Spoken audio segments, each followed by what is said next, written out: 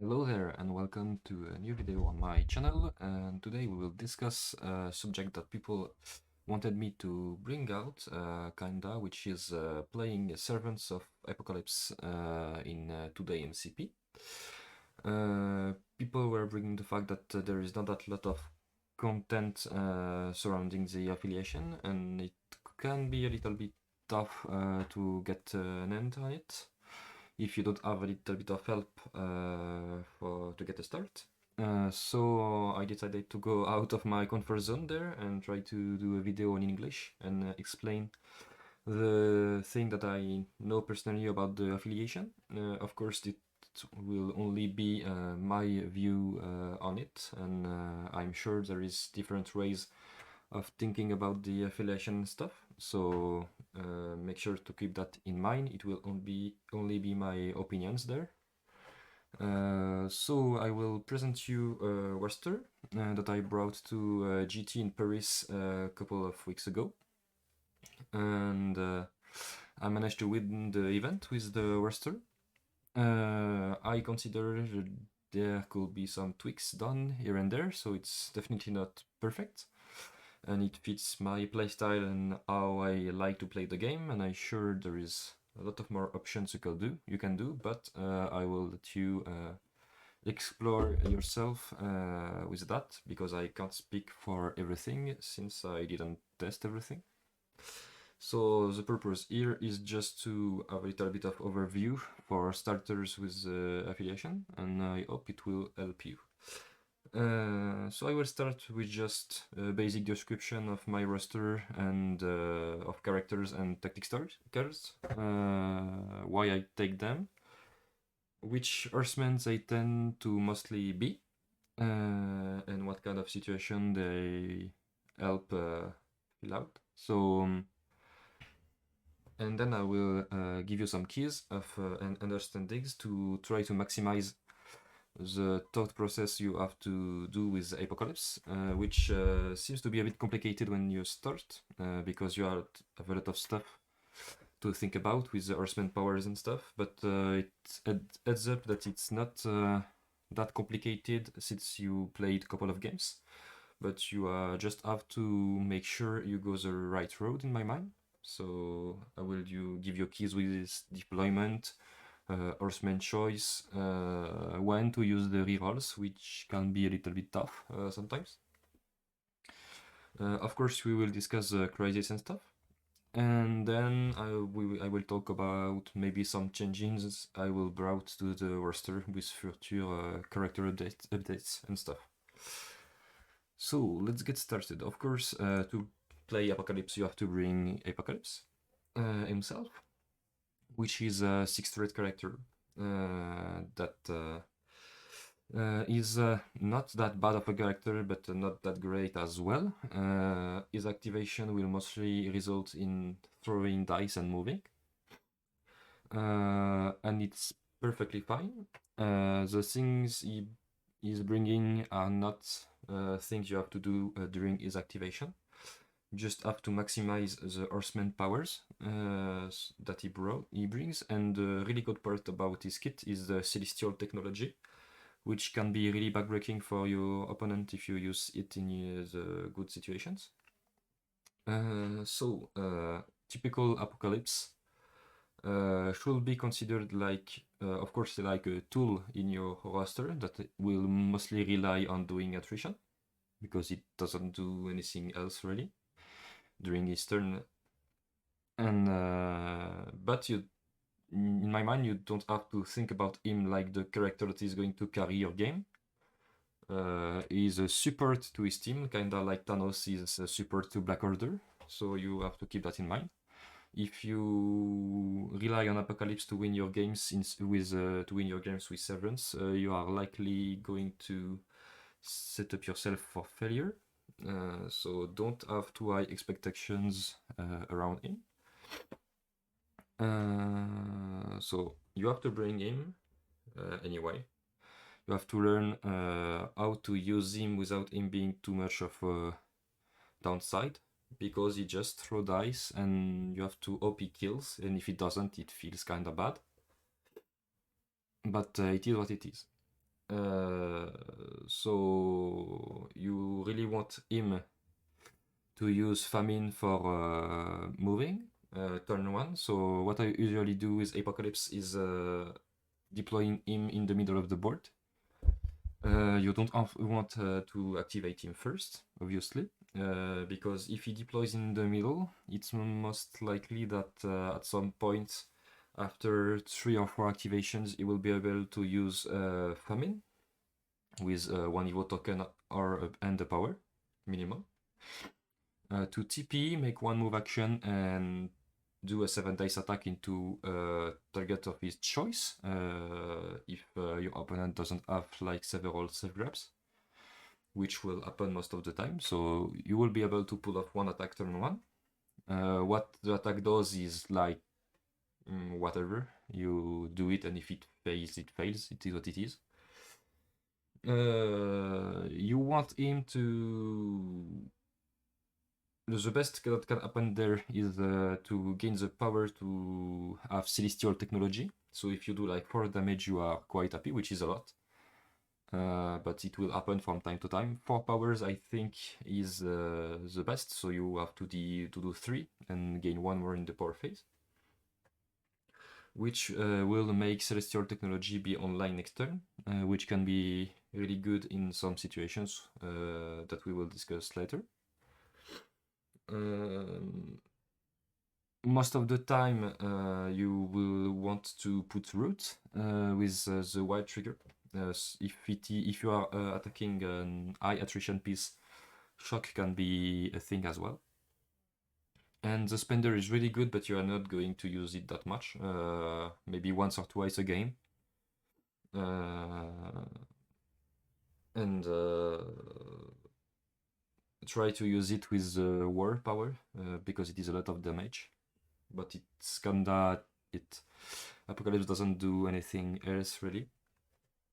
You will be roommates through me can like randomly be really good to put out conditions of your choice. I will recommend being really cautious with Apocalypse because he's not as tanky as it seems. He can be one turn by most character in the game. So you have to provide help outside of that to help him have some kind of survivability. Otherwise, he's just likely going to die in most games if you are not being cautious. So do not go in a brawl with him if you have the choice.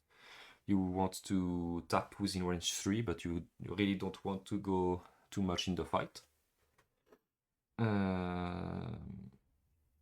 Something I didn't mention is that I think Servants of Apocalypse is a pay-to-flip team. We'll maybe discuss that later when I talk about the crisis.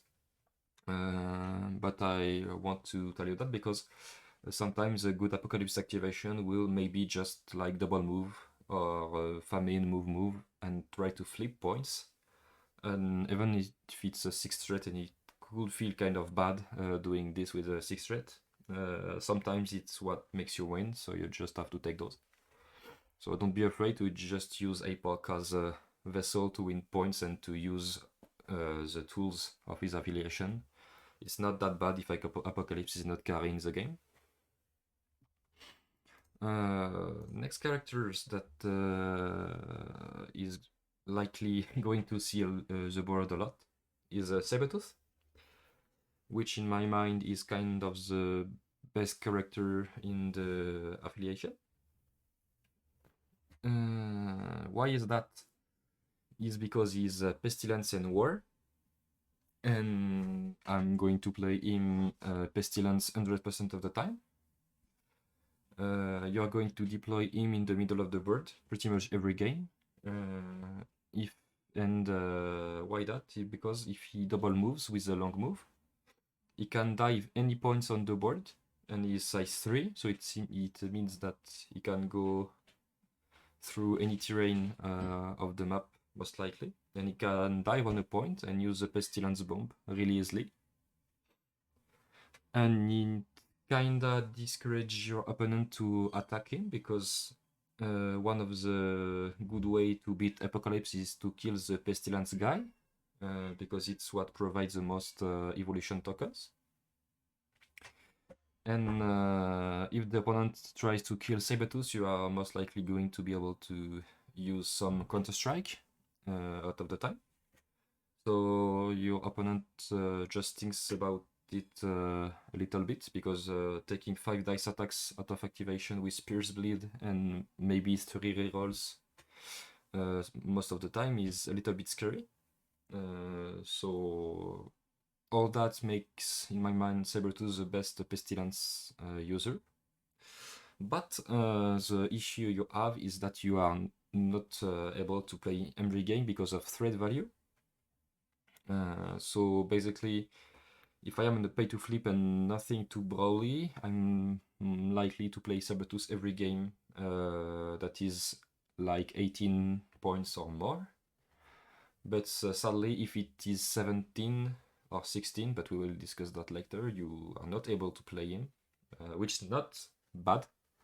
But as soon as you go to 18, in my mind, you keep all of the other Osmans the same, but you upgrade your Pestilence guy to be Sabertooth.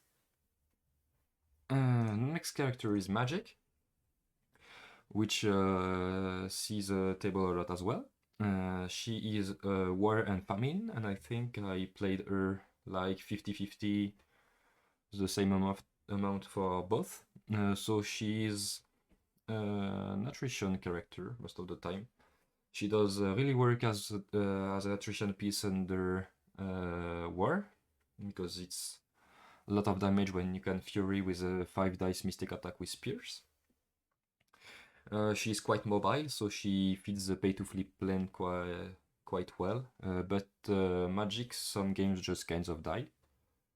So you have to take that into account. Maybe pick your fights a little bit carefully. You have to use her a little bit as a missile, and try to not jump with her into too much people at a time. She's kind of an assassin, so if she attacks first, she's most likely to be able to 1v1 most people, but she can't fight multiple people at the same time. With Famine, I use her more as a scenario moving piece, because her attrition game falls down quite a lot when she doesn't have Fury. But she still like eat a little bit and be fairly mobile on the map and score points, so it's perfectly serviceable. The same character is Beast, which is a monster, and I play most games when it is a pay-to-flip or a wide scenario game. He is War and Pestilence. I use him with both. He is most of the time my War when I'm playing Sabertooth as Pestilence. And when it's 17 points and I have to downgrade Sabertooth to something, Beast becomes Pestilence, and I most of the time pick Magic as War. And Famine is going to be Iceman a lot of the time. Depends on the scenarios and crises and stuff, but most of the time it is what I do. So it's a really good character that is really mobile and good on the pay-to-flip game. With War, it really surprises your opponent how much damage Beast can do with Fury, because the ability is quite strong. He generates power pretty easily. He generates evolution token quite reliably, and that because of the throw a lot of the time.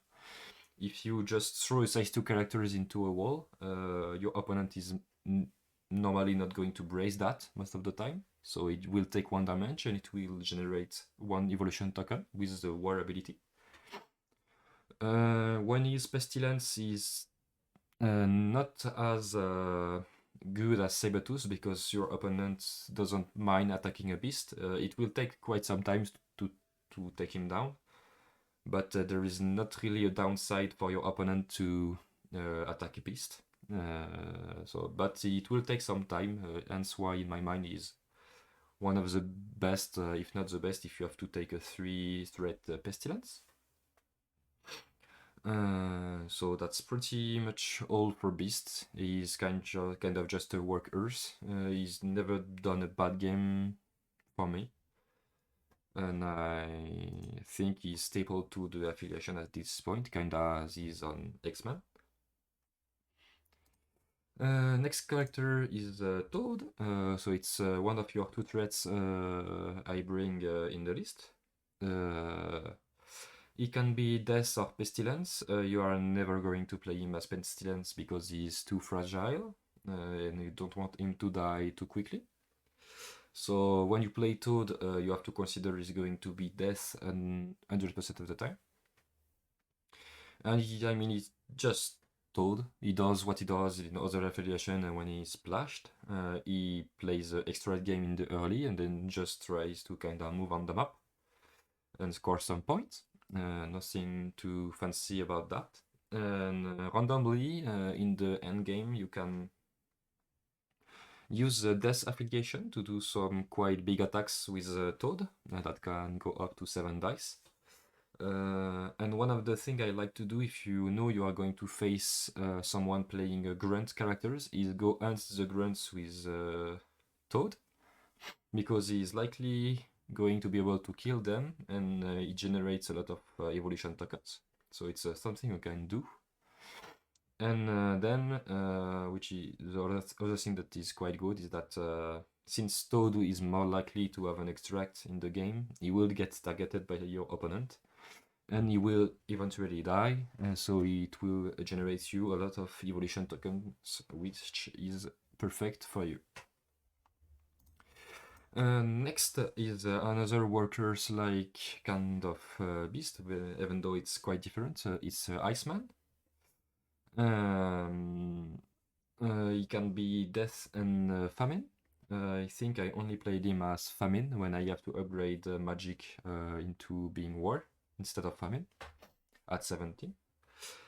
He plays the crazies I play, pay to flips, really well. It frustrates your opponent a lot to be restrained in their ability to move. He just moves around the map quite easily. It brings you energy attacks which you don't have a lot if you are not playing like Psylock outside of Apocalypse. So it's quite nice to have that. He has an access to stagger, which can be really good. You can place your allies. He has hit and run. So overall, just another good workers character.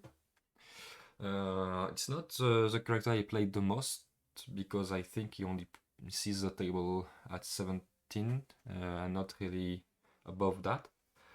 But it's still a really good character. Next is Archangel, which is probably the one I played less in all the games I had with Apocalypse. He's not a bad character, but he's just like kinda a brawler that does damage. And it's not your main plan when you're playing APOC. He can be Death and Pestilence. He's never going to be Pestilence because Sabatus is just straight up better at this. It can be Death if you want to play really aggro on attrition crisis. But it's not your main plan, so if you win Prio, you are not really likely to play Archangel. You are going to play him if you want to brawl, and when you are kind of forced to have to kill your opponent, but otherwise you are not going to play Archangel. It's another access to stagger. He can activate characters, so he's randomly good into kaijus that are not immune either to bleed or poison. He's pretty mobile, a little bit hard to kill, but not that much as well. So that's why he's here. Apocalypse is struggling in my mind when it's too brawly and you have to really fight to try to win the game. It's not when the affiliation is at its best. So you have to bring tools to maybe up this game a little bit, and Archangel is in my mind one of them. Next character is Psylock. Another really good assassin mobile character like Magic. So she's basically the upgrade of Magic when I play 19 points. So Magic has to up in threat. So it's basically Psylock then. She kills really well. I play her as Famine 100% of the time because she just moves around the map really easily with that. She is a good killer with the rerolls. Affiliation brings it even better. Little tough to kill. Access to both energy and mystical attacks, so we like those. She does shout, stun and stuff, so overall really good character. You can play her on pay to flips pretty easily because she is really mobile and she is most likely going to generate power with the rerolls and stuff. So that's basically why I play her. And then I have Honey Badger and Wolverine, so kind of the same as Archangel. They are here only when I am forced to brawl, on like Wedding Party and Fisk and stuff like that, where APOC is not that good. So they are really good characters when you have to play attrition, even though it's a little bit dicey, but you have to play with what you have. I think they are currently the best characters you can pick to do that. Honey Badger will be able to take a punch or two instead of Apocalypse, so it's a thing. Wolverine can hit like a truck if you roll wilds with the charge and stuff, so it's not bad. It's not my favorite way to play servants, but sometimes you are kind of forced to. So here it is. For team tactics, my two restricted are Brace. Of course, I don't think I have to discuss that. We are, as most of affiliation, really susceptible to throws, and you are playing a size 4 leader that is most likely going to be thrown into your allies. So Brace is a staple there. Fallback could be another thing. It's a personal preference here. I really like the fact that it can prevent Apocalypse sometimes to be double tap perked by a character, or maybe save someone with an extract and stuff, try to deny the points. So fallback for me will be the best choice here. The other one that you are going to play likely most games is Immortal Servants, which is basically Reclamation Matrix or heal for Apocalypse and his friend. So those three, in my mind, so Immortal Servant, Fallback, and Brace for Impact are your default 3 tactics cards in most games.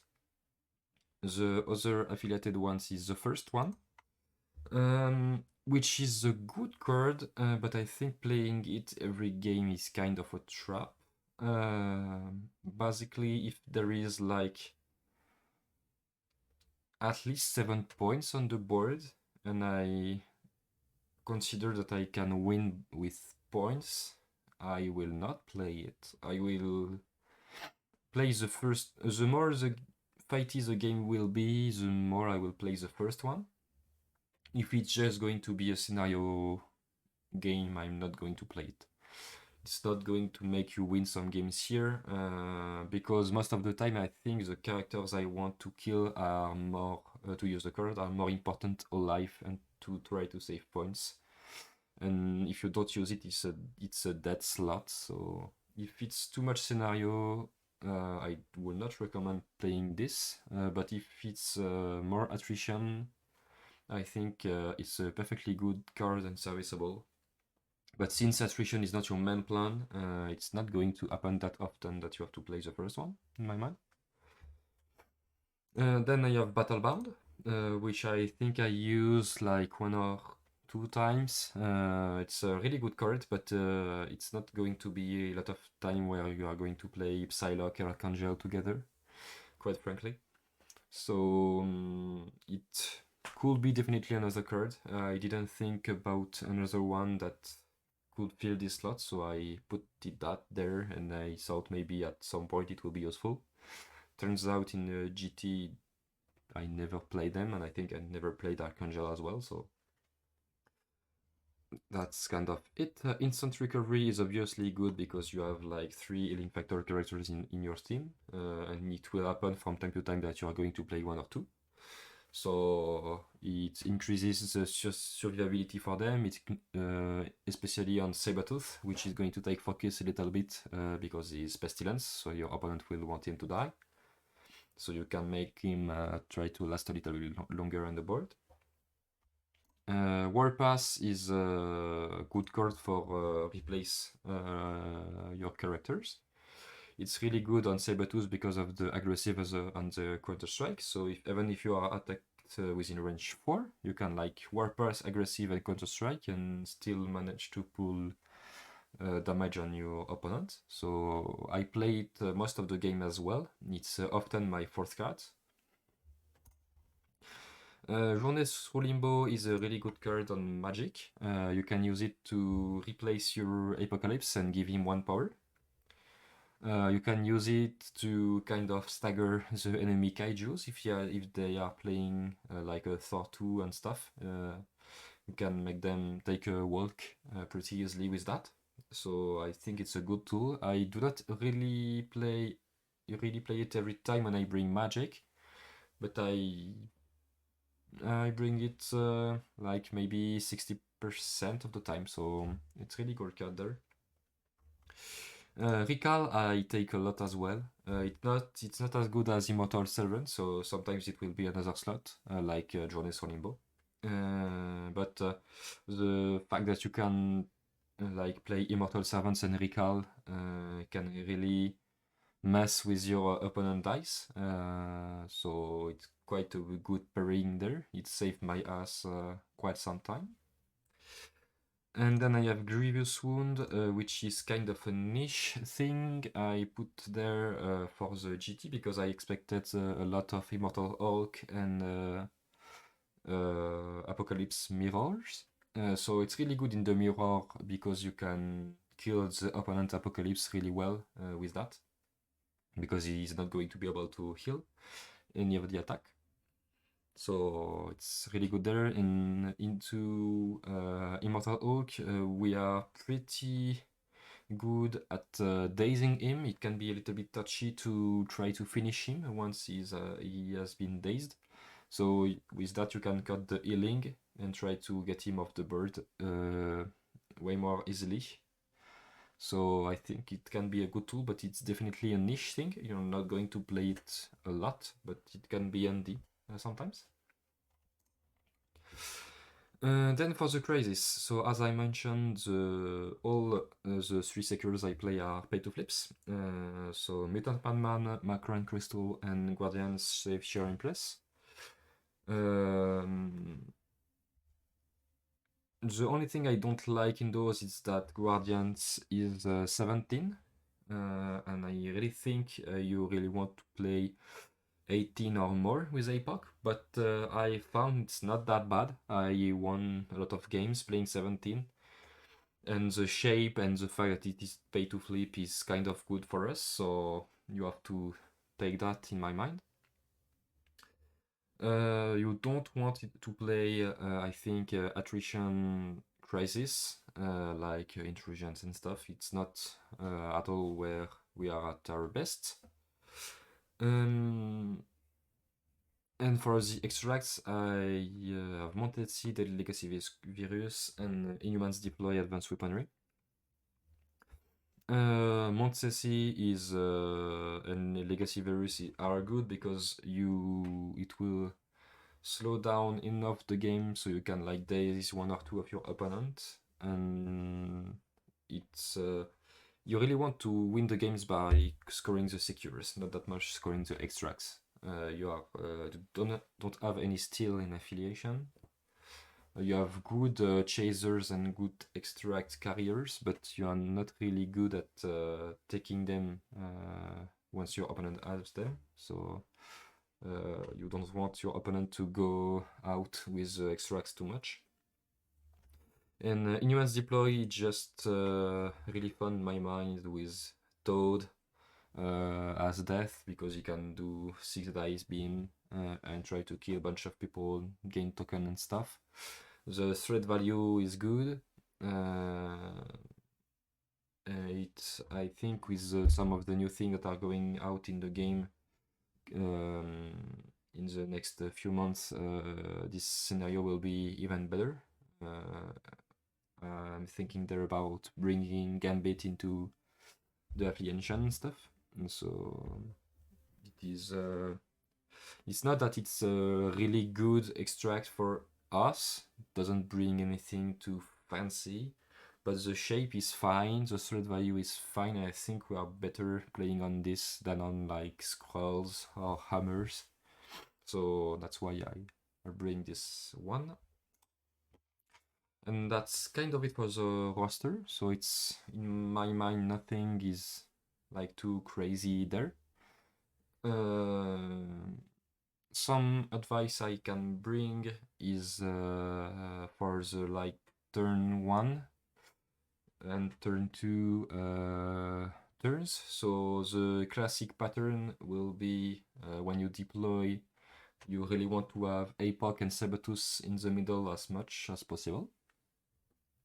You want Toad to go grab an extract somewhere, and then you have most of the games Magic and Beast if you are playing 18, which are going to be on one side each to try to flip points or gain points from seekers. So your first activation will likely be your Toad trying to grab an extract.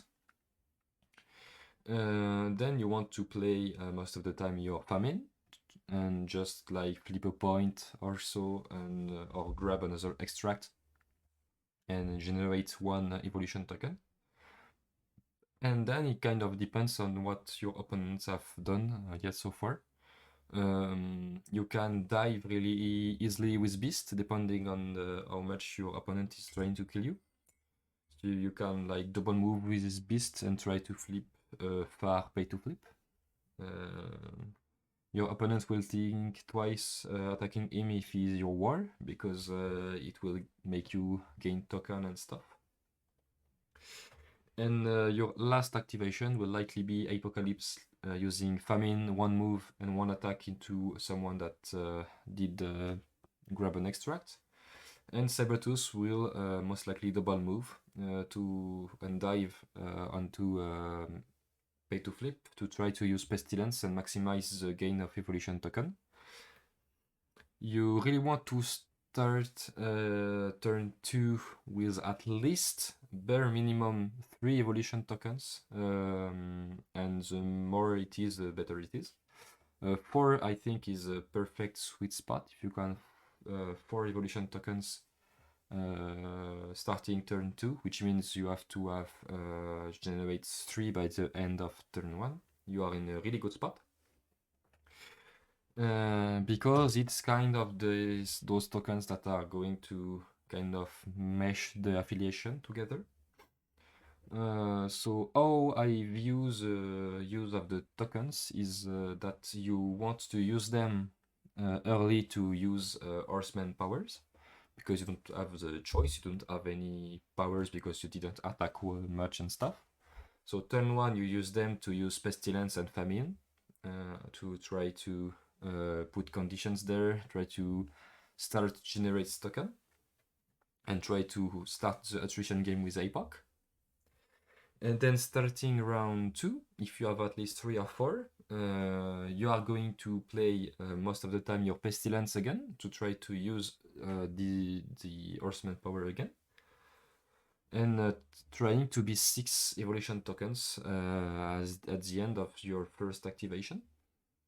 And since you have that, you are most of the time only going to use the tokens to reroll on attack most of the time.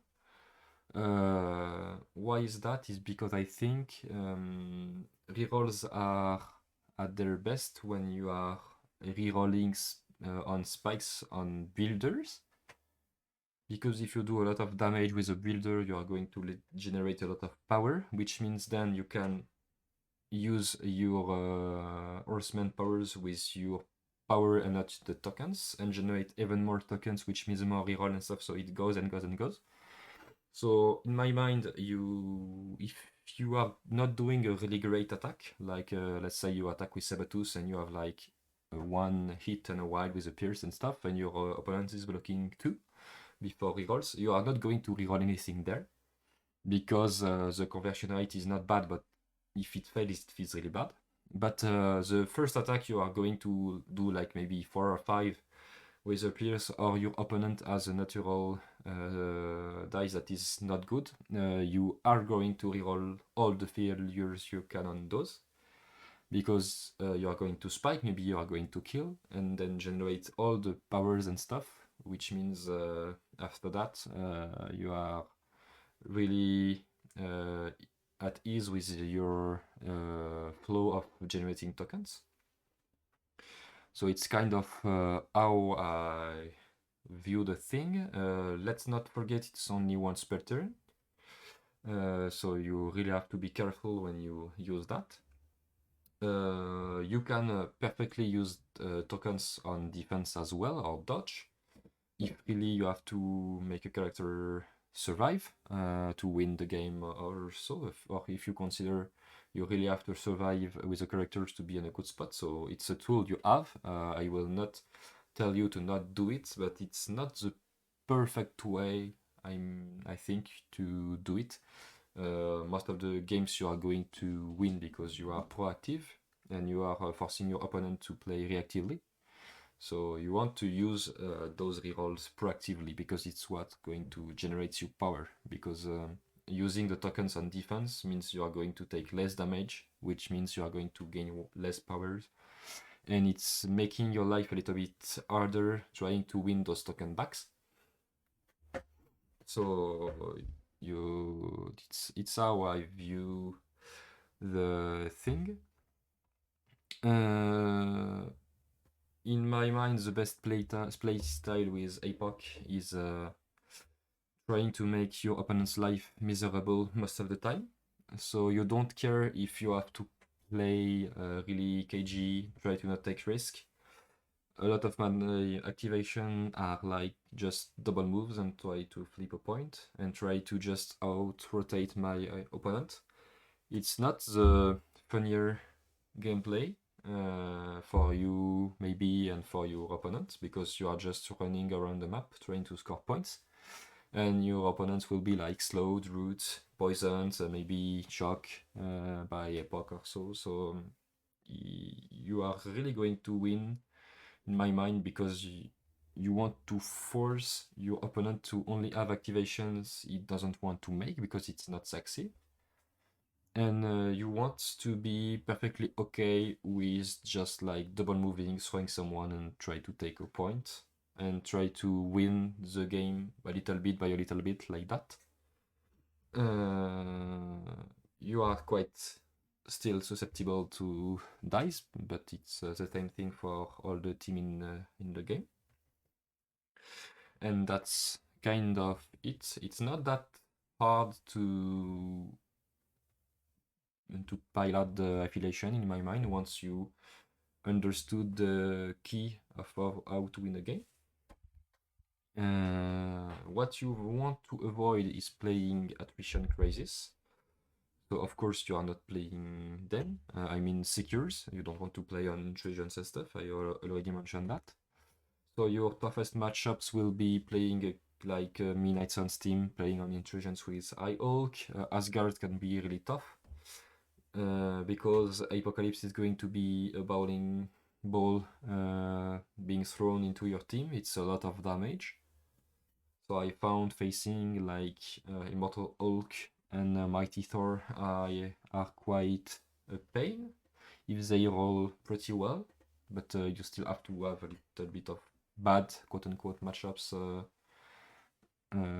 there. But it's not like it's an auto loss for you playing into them. You have quite some tools still to win it, but it's not your favorite way to play the game. So you really have to think about that. And that's kind of it. I'm sorry if I'm not like completely exhaustive about how to pilot the thing. It's not a perfect roster, it just starts, and I think it's easy enough for anyone to try to pick it and try to win games with it.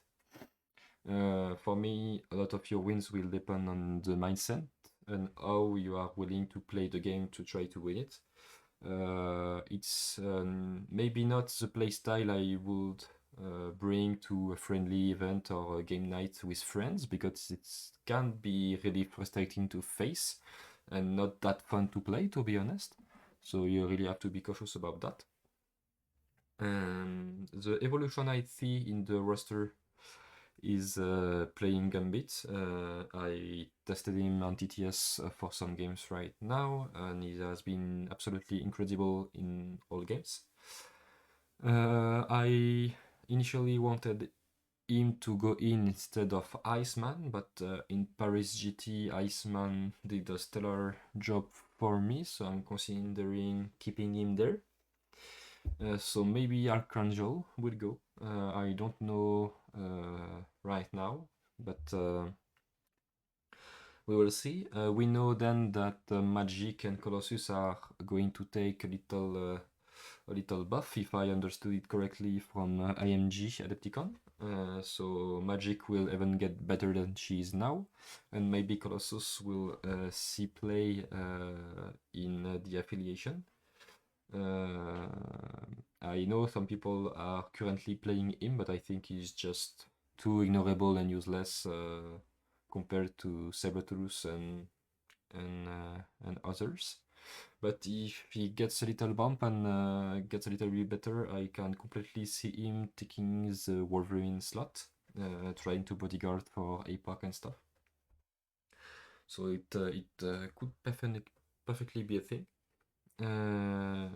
So that's it for me. I think it was understandable for you people. I think it will. I hope it will help people that want to give the affiliation a start.